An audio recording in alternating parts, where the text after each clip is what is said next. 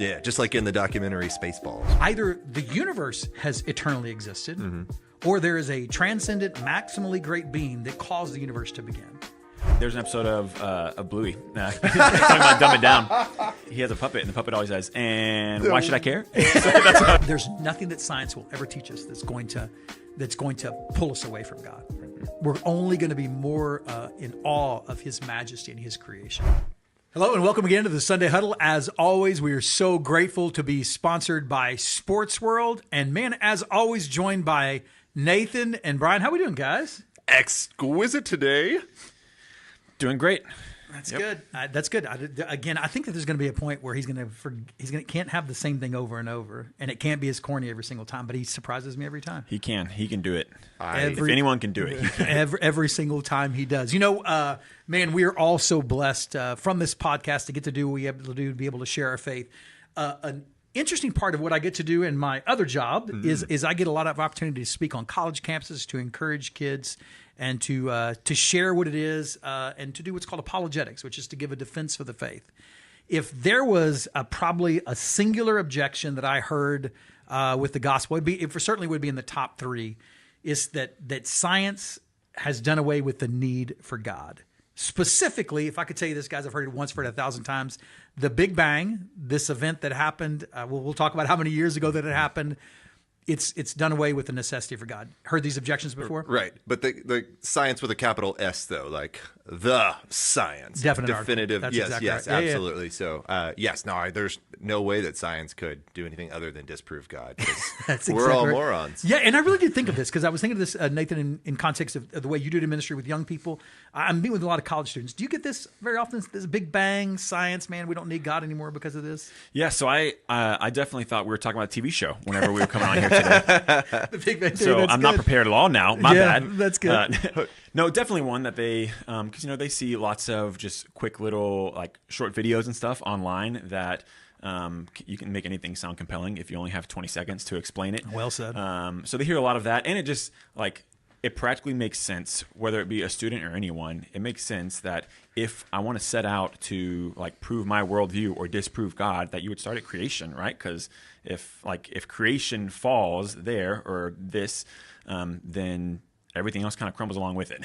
Yeah, it sure does, right? If science, and let's just say from the outset, and good science proves the existence of God, I would contend, and science that doesn't always go into the realm of philosophy, though some science certainly does.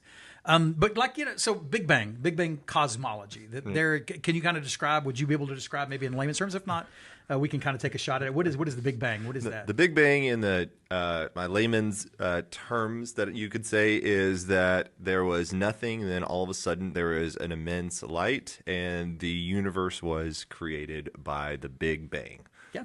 It seems to that this event, whatever it is, this point of singularity, right, that time, space, and matter come to an existence at this single point in matter. Right. Now, most scientists, I will tell you, most atheists that I dialogue with will say we got to be careful to say what happened before the Big Bang, right? Because it's imprecise. Because the Big Bang is when time begins. So to say before time began kind of doesn't make any sense. It's kind of like what's north of the North Pole, right? So you have to be very careful to use kind of like tenseless verbs, like before creation. Instead of before creation, you'd say sans creation. You'd right? say what? That's right. Yeah, tenseless verb. You'd say sans creation. One more time. Are you saying songs creation? Psalms. SANS, sans creation. I have seen that word many times on page, but I don't know if I've ever heard it. Right? Thank you for that. In real life. Again, I'm a moron. I've said so before the Big Bang doesn't really make sense, right? It doesn't make sense. This is an interesting story, and most of the time, whenever I'm about to give you something nerdy and I say it's an interesting story, it's not an interesting story. So vouched. But Big Bang is actually, I don't know if you know the origin of the term, it's actually was used as a pejorative. Oh. So there was this guy whose name was Hoyle that was actually, he advocated for what's called the steady state theory. And he believed that the universe just existed in this, just as it says, the name on the tin, it's a steady state. and he said it as kind of a pejorative on a radio show. This is ridiculous, this Big Bang that you speak of. He said it didn't make any sense at all. And up until then, that's kind of what science believed, that maybe just the universe always existed. So the Big Bang actually was not supported by any science prior to, but all of philosophy. And we can get into Aristotelian philosophy, Platonic philosophy, that they advocated that no, there probably was, and we'll get into it a little bit more before I get to your students here, but that there has to be a necessary cause for all contingent things. And what's the best explanation for that? Am I boring the heck out of you? Right. All right. So there's two things. There's two things that are called here, and there's two things. Things can either be necessary or contingent. Okay. So I'm going to use some philosophical jargon here. So contingent things are things that could exist. We'll use the words possible worlds that could exist or it couldn't exist. A unicorn could exist. In some worlds, it could exist perhaps. There could be a state of affairs where a unicorn does exist, but it doesn't exist in the actual world. Okay? But there are certain things that necessarily exist. And things that necessarily exist would be like shape definitions. In every world, a triangle has 3 sides. Okay. A square has 4 sides. There are certain things that necessarily, so we get like in numbers, shape definitions, 2 plus 2 always equals 4. You didn't know that one, but 2 plus 2 always equals 4. So there's things that necessarily exist. Well, we as theists believe that philosophy even points to there must be a necessary cause for all contingent things. And so this is the Big Bang Theory. Actually, I would say that it actually supports what the biblical account of creation is.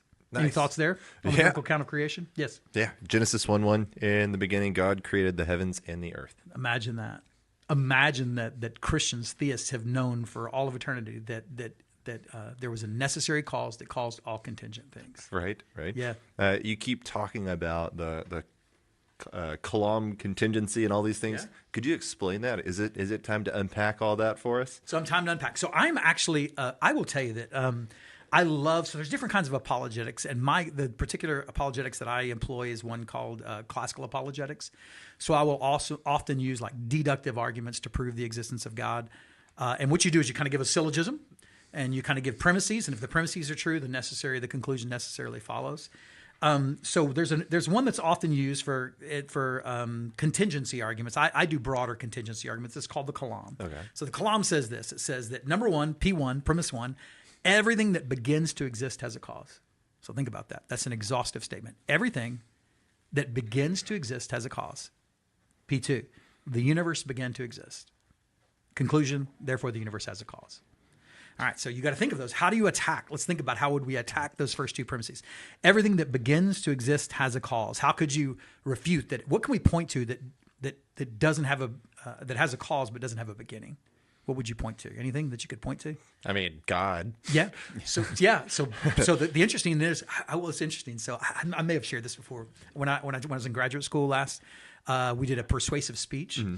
And I used the Kalam cosmological argument for the existence of God as my persuasive speech. My wife said, "Wouldn't it be great if you got your only B in speech class?"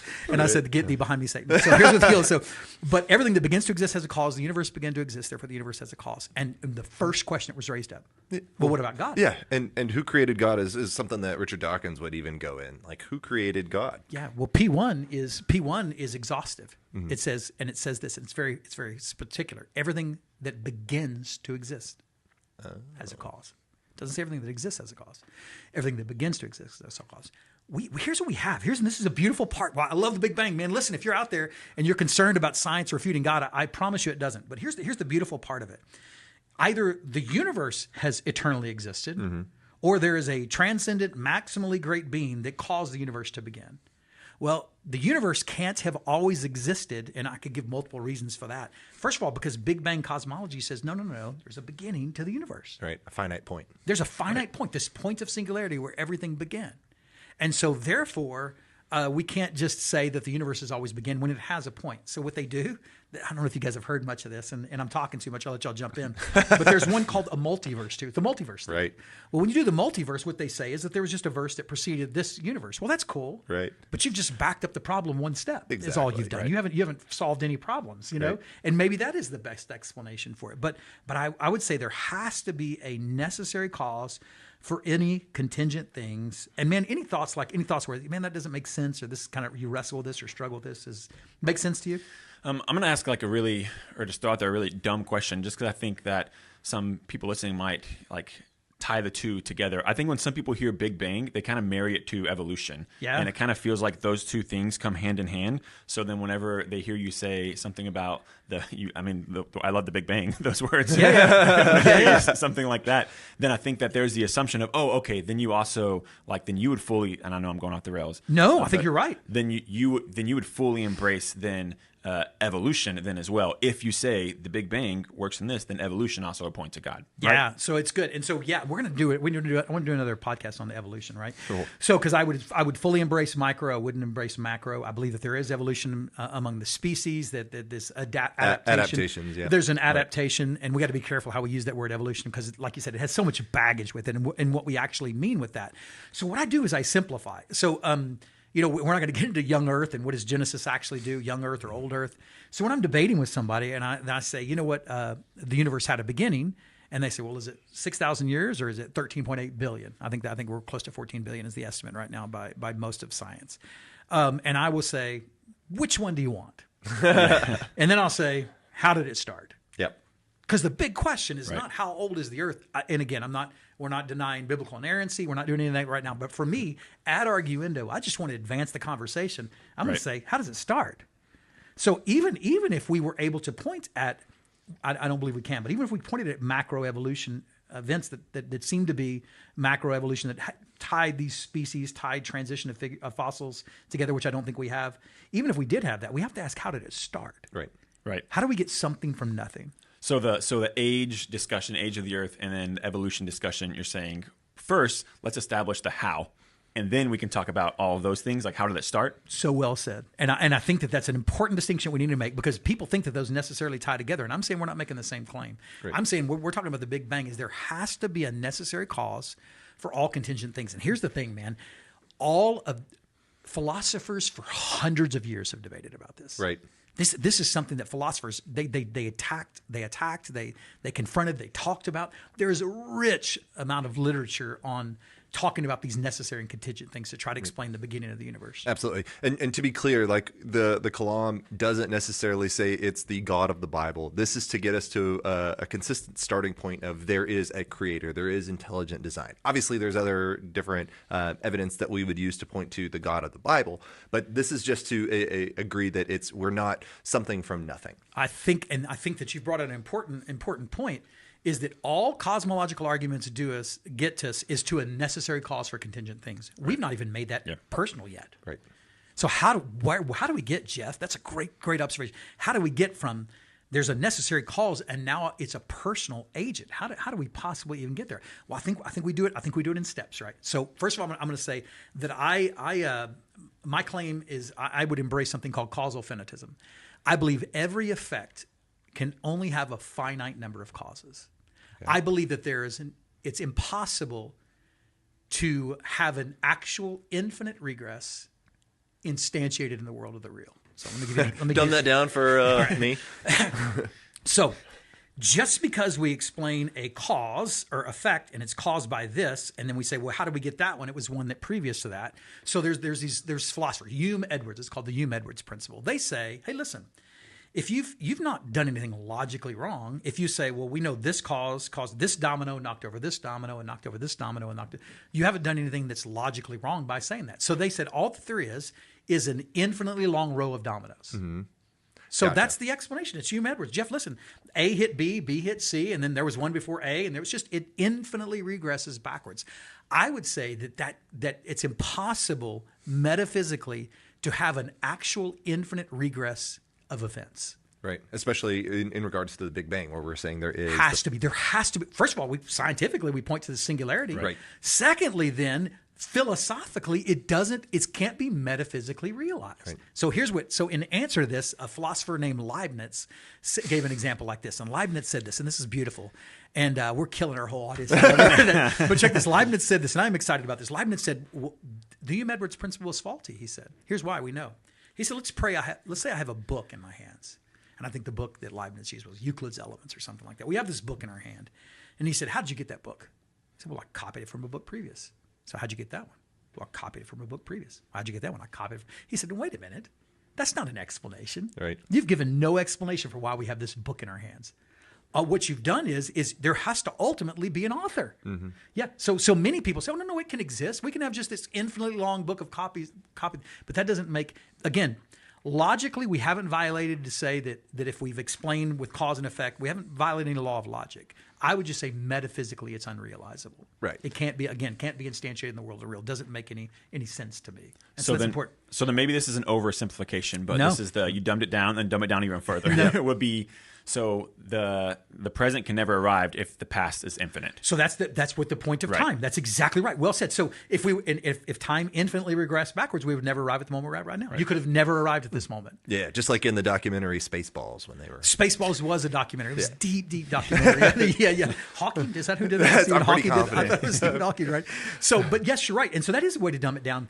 There's actually philosophers who use it instead of a temporal regression, they use it in a hierarchical. We won't go into there, but I think it's an important distinction that there's no way we could arrive at that. So then the second part of this is, okay, so some say, well, if it's just long enough, you just can explain it. Like we have this, like an infinite and other, there are philosophers use a lot of different analogies for them. I love the one of the extension cords.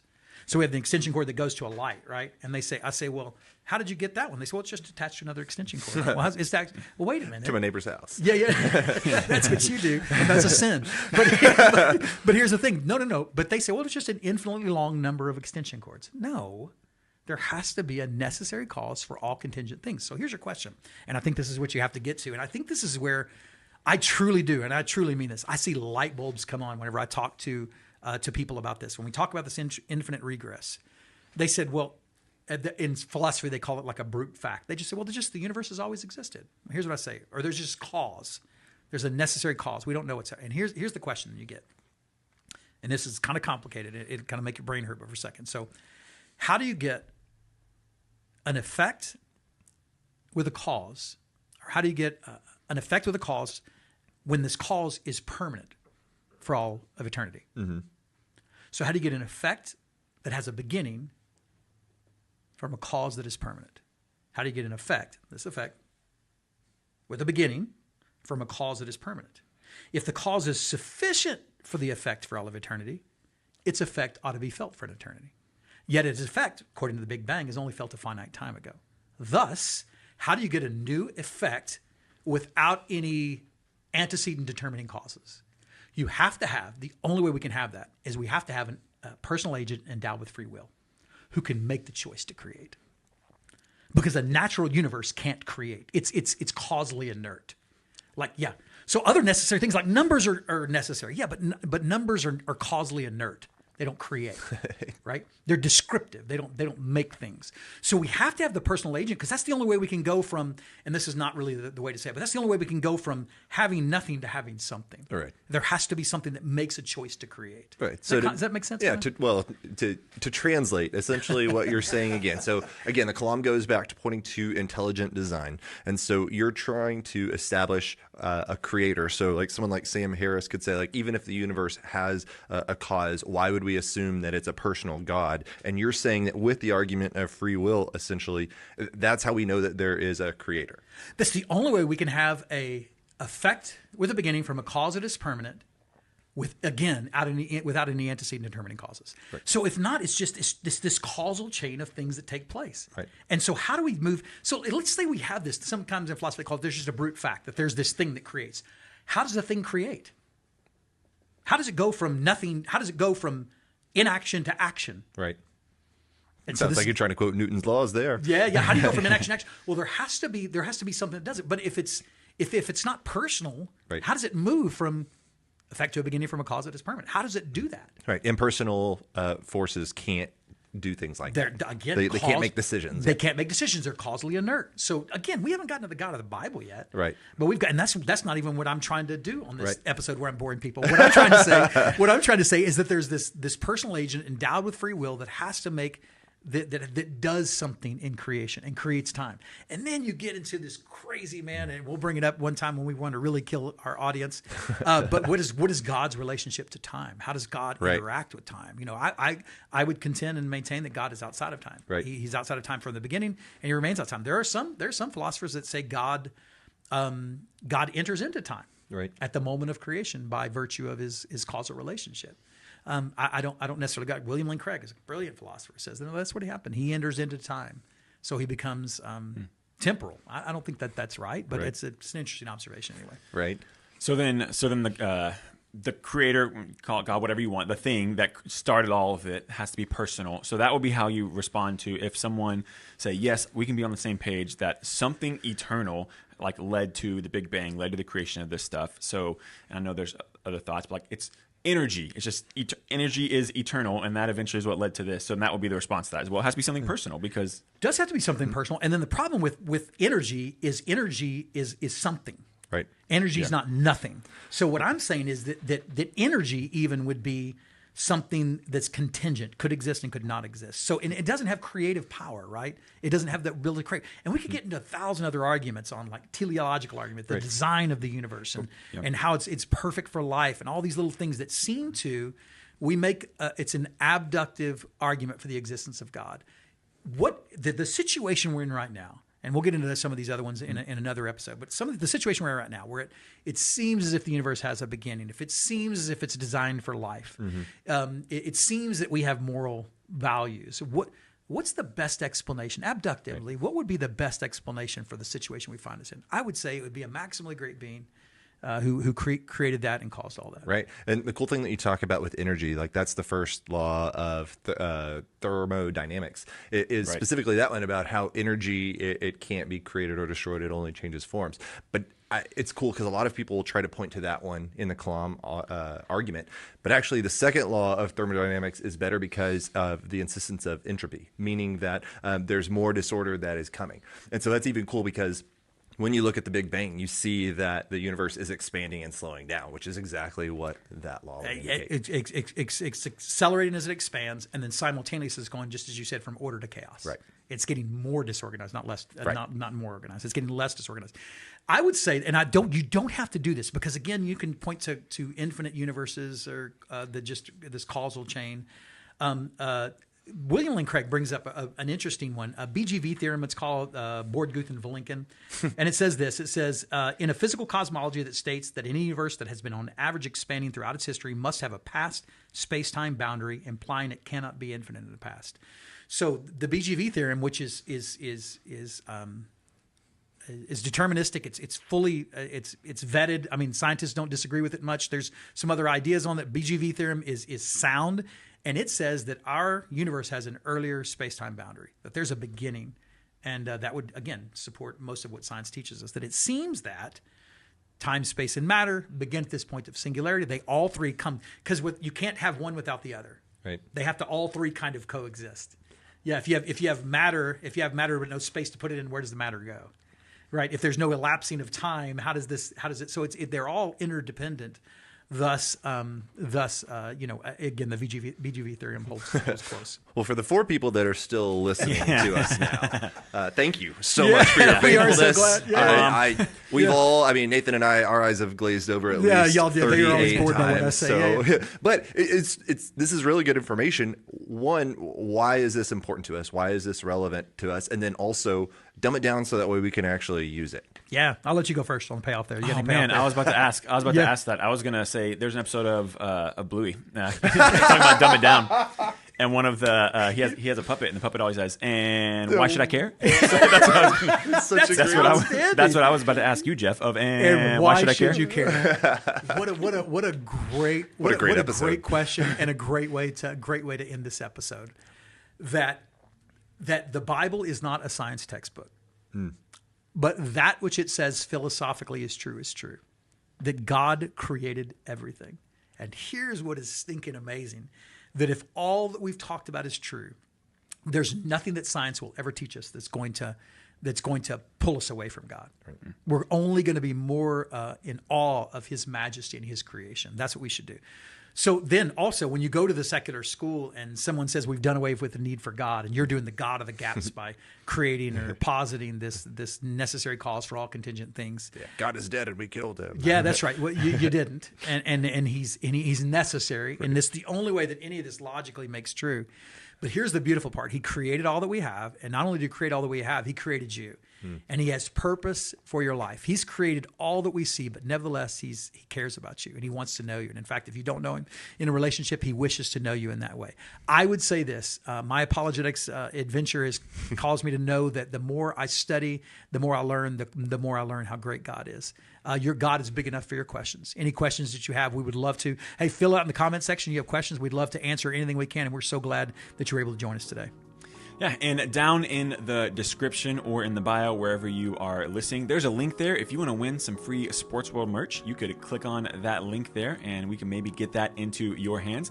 And while you're there, be sure that you like and subscribe. Leave us a 5-star review. That definitely helps us as we push this out to more people.